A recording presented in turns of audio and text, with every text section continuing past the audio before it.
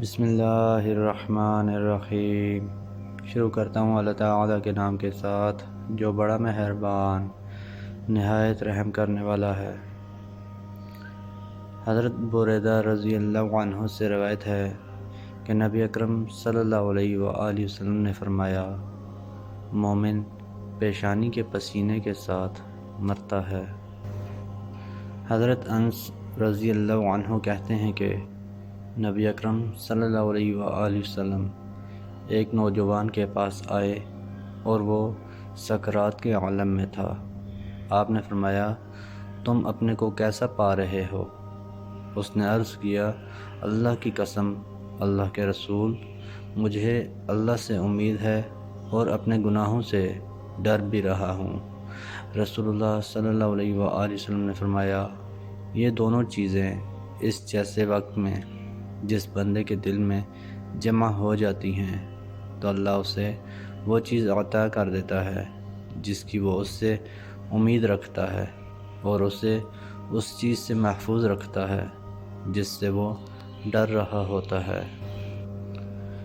حضرت ابو سعید خدری رضی اللہ عنہ کہتے ہیں کہ نبی اکرم صلی اللہ علیہ وآلہ وسلم سے مشک کے بارے میں پوچھا گیا تو آپ نے فرمایا، یہ تمہاری خوشبوؤں میں سب سے بہتر خوشبو ہے۔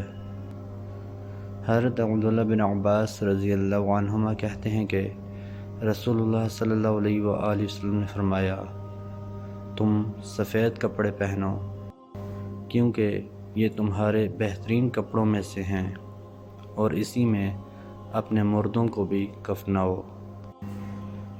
ابن ربیع اسدی کہتے ہیں کہ انصار کا قرظہ بن کعب نامی ایک شخص مر گیا، اس پر نوحہ کیا گیا تو مغیرہ بن شعبہ رضی اللہ عنہ آئے اور ممبر پر چڑھے اور اللہ کی حمد و ثنا بیان کی، پھر کہا، کیا بات ہے، اسلام میں نوحہ ہو رہا ہے، سنو، میں نے رسول اللہ صلی اللہ علیہ وآلہ وسلم کو فرماتے سنا ہے، جس پر نوحہ کیا گیا اس پر نوحہ کیے جانے کا عذاب ہوگا۔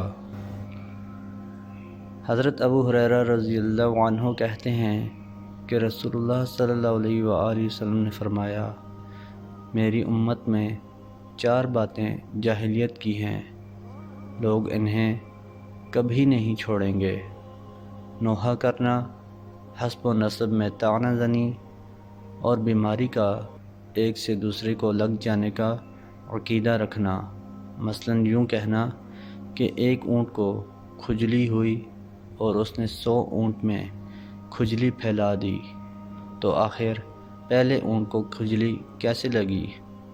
اور نچھتروں کا عقیدہ رکھنا، مثلا فلاں اور فلاں نچھتر یعنی ستارے کے سبب ہم پر بارش ہوئی۔ حضرت عمر بن خطاب رضی اللہ عنہ کہتے ہیں کہ رسول اللہ صلی اللہ علیہ وآلہ وسلم نے فرمایا، میت کو اس کے گھر والوں کے اس پر رونے کی وجہ سے عذاب دیا جاتا ہے۔ حضرت عبداللہ بن عمر رضی اللہ عنہما سے روایت ہے کہ نبی اکرم صلی اللہ علیہ وآلہ وسلم نے فرمایا، میت کو اپنے گھر والوں کے اس پر رونے سے عذاب دیا جاتا ہے۔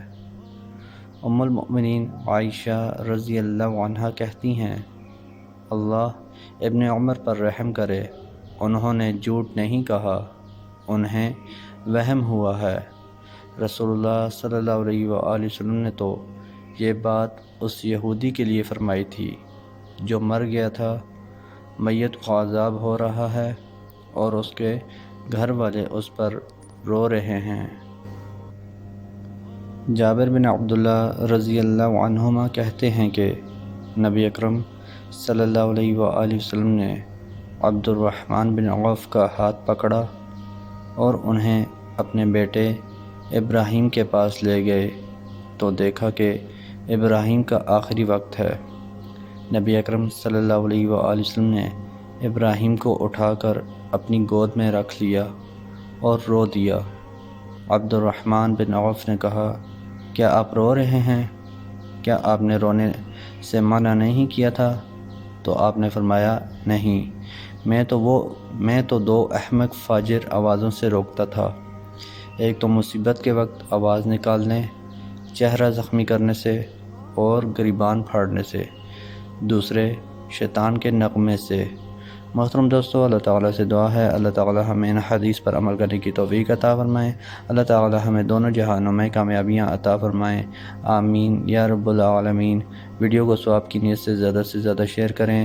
جزاکم اللہ خیرا کثیرا، والسلام علیکم ورحمۃ اللہ وبرکاتہ۔